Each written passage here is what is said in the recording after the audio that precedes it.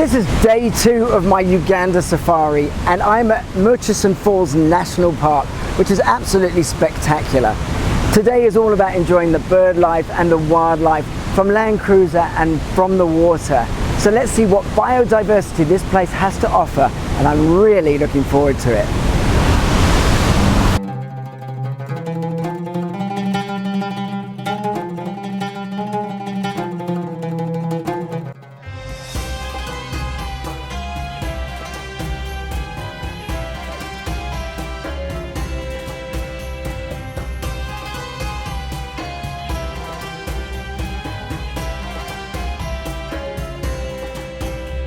Murchison Falls is famously known as the most powerful waterfall in the world, where the Nile, the longest river in the world, squeezes through a 7-meter gap into a 45-meter drop.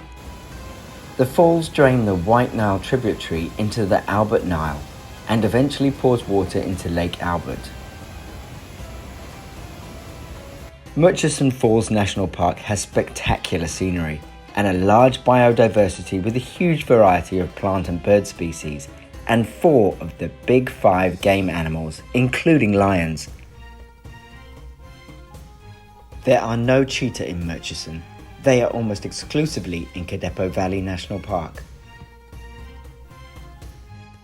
Uganda is home to one of the most threatened subspecies of giraffe on the planet, the Nubian giraffe, classified as critically endangered by the International Union for Conservation of Nature due to a 95% population decline in the last 3 decades. In 2010, it was estimated that there were only 250 Nubian giraffes living in the native range in Murchison Falls National Park. Today, there are over 1,800, which is one of Uganda's best conservation success stories. Giraffe have gone extinct in 7 African countries. This is incredible to be so close to these Nubian giraffes, which are a subspecies of the northern giraffe or Uganda giraffe. Absolutely incredible.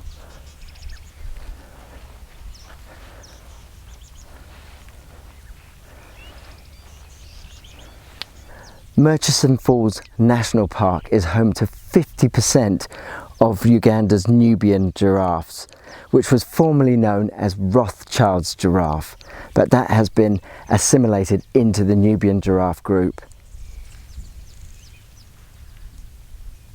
This particular national park is called Giraffe's Paradise and is, as you can see, full of giraffes. I've got a tower of giraffes surrounding me. It's absolutely incredible. They're everywhere, absolutely everywhere. These particular giraffes are distinguished from the very brown and orange pattern on them, divided up by the beige, and it's very distinct, and you can really see how these giraffes differ from other giraffes, and you get to see this firsthand, and I can't believe I'm walking amongst them. So incredible. Giraffe pregnancy usually lasts about 15 months with 2-year intervals between births. Females reach sexual maturity between the ages of 5 and 7, and males between 7 and 8 years of age, and travel long distances to detect and investigate females receptive to mating. Nubian giraffes are the tallest of all giraffe subspecies. A newborn giraffe will suckle from its mother as soon as it can stand, and that's why they need to be so tall at birth.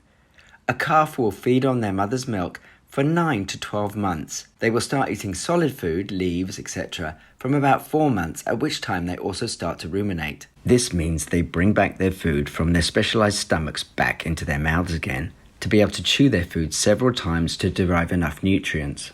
Male calves will leave their mothers at about 15 months and often join all male groups. Female juveniles, however, often stay in the same herd as their mothers. If they do leave, they leave at about 18 months old and often stay in the same area as the family herd they grew up in. The recent discovery of oil in the park and the fact that it's only separated from the Democratic Republic of Congo by the Nile, poaching and mainly snaring is a major threat to wildlife here, including the giraffe. Giraffes are not necessarily the target species, but they are often collateral damage of wire traps. Vital long-term monitoring and adapting to threats posed by oil exploration in the park are essential. I'm in Africa, walking amongst giraffe. It doesn't get any better than this.